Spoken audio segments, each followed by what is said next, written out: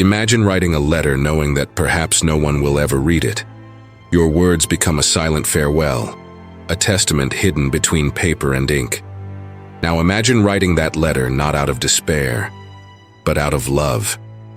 Love for the life you lived, for the people you left behind, and for the future you may never see. It's night, and while the world sleeps, you hold a pen with trembling hands. Outside, the rough sea crashes against the hulls of the ships. Tomorrow, at dawn, you will take part in the largest military invasion in history. You know you may not return, but before that, you need to write. This is how the story of William Bill Malone begins. A young American soldier who, on the eve of D-Day, wrote his final letter. He wasn't looking for heroes, nor did he want medals. His only mission, in that quiet and intimate moment, was to leave behind something that might outlive what was coming.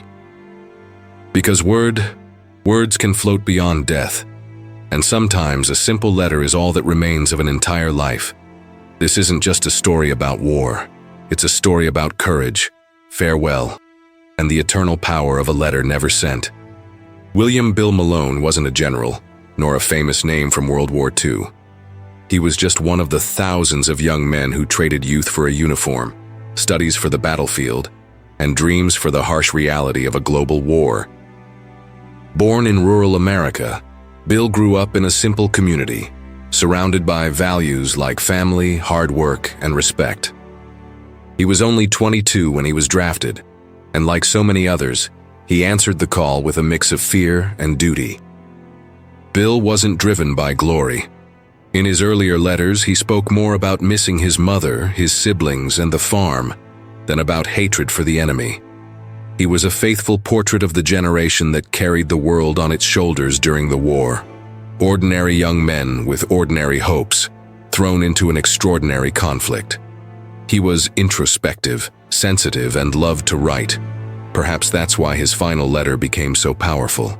Because without knowing it, Bill left behind not just his last words, but a window into the soul of an entire generation about to bleed on the sands of Normandy. It was June 5, 1944. The English sky was heavy, not just with clouds, but with foreboding. The most ambitious operation in modern military history was about to begin. In the field where Bill Malone and his comrades were camped, silence was almost absolute. Most soldiers spent their time writing, not to pass the time, but to leave something behind. A letter, one final memory. And Bill, with steady hands and a racing heart, wrote to his mother. He didn't know if she would ever receive that letter, but he knew he had to write it. At a makeshift table in a damp tent, by the light of a dim lantern, Bill poured out everything he might never be able to say out loud. He spoke of childhood, of missing family Christmases, of the smell of his mother's kitchen, of the mornings when she called him to milk the cows before school. And with a calm that was almost unsettling, he spoke of the very real possibility of not coming back. The letter was both simple and devastating. In just a few lines, Bill showed a maturity far beyond his 22 years. He didn't speak of politics or heroism. He spoke of love, and above all, of acceptance. As if he already knew that by dawn, history would step heavily over his footprints. For Bill, the letter was more than a goodbye. It was a silent testament that, even in the absurdity of war, humanity still existed. In the early hours of June 6, 1944, the engines of warships roared across the English Channel. The rough waters mirrored the tension of thousands of men who knew this day would be unlike any other. Bill Malone, in uniform, helmet secured, and his letter already handed to the officer responsible for military mail, boarded the vessel bound for Omaha Beach, the bloodiest sector of D-Day. He did not tremble. Not because he wasn't afraid, but because he had already made peace with fear. At 6:30 a.m., the landing craft's gates opened. A hail of bullets from German bunkers turned the beach into hell. Bill ran between bodies and explosions, trying to reach a safe point with his squad, but he knew there was no true shelter that day. In a crucial moment, when his unit was pinned down under heavy fire, Bill stood up to throw a grenade and cover his comrade's movement. He was struck in the chest by a fatal shot. He died right there, but his act allowed others to live. Bill's body remained on the sand, alongside hundreds of others, but unlike most, he had left something behind. His letter, now safe, would cross the ocean and survive what he could not. Amid the horror of the largest military landing in history, Bill Malone did not die an anonymous death. His sacrifice would be sealed in ink on paper and carried across decades as a living reminder of courage and love. Bill Malone's letter, handwritten in steady script, survived the chaos he could not. As was the custom among soldiers, it had been entrusted to an officer in charge of forwarding correspondence in case of death. That simple gesture ensured that, even after his fall on Omaha Beach, his words would reach their destination. Days later, Bill's wife, Mary, would receive the envelope marked by time, by war, and by love.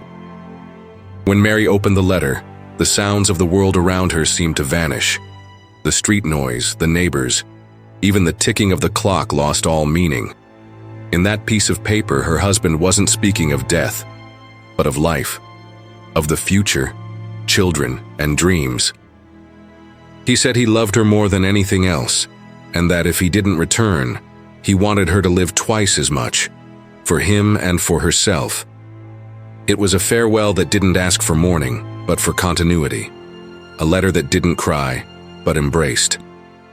Years later, already elderly, Mary decided to donate the letter to a military museum, not to let go of the pain, but to ensure the world would never forget the man behind the words. Today, Bill Malone's letter is preserved as a symbol of humanity in the midst of war.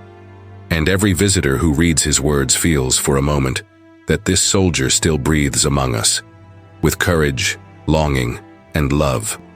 Bill Malone's letter is more than a simple war document. It is a cruel and poetic reminder of the fragility of life and the strength of love. While bombs exploded around him, he wrote calmly, as if he had all the time in the world. His words weren't about hatred for the enemy or military glory. They were about longing, hope, and the eternity contained in a simple, "I love you." Amid the sound of machine guns, he left a silence that still speaks today. What makes this letter so powerful is that it survived. Not just physically, but emotionally. It crossed seas, decades, and hearts. Read today, it still shakes those who hear it. Because in the end, it's not the battles we win that define us. It's the words we leave behind. Bill didn't live to see the victory, but he left a legacy that not even time could erase. The testimony of a love stronger than war. This was one more letter unearthed from time, a page worn by the wind of history, yet still alive as if written yesterday. Bill Malone may have never imagined that his words would cross generations, touching people he would never meet. But that's exactly what happened. Because some letters aren't just ink on paper, they are souls that refuse to disappear. If this story touched you in any way, like the video, share it with someone who also needs to hear it. And subscribe to the channel Lost Letters. Here, every letter is a portal, a whisper from the past that insists on being heard. And now, I leave you with a question. If you had only one day to live, what would you write in your final letter? Leave your answer in the comments. See you in the next episode.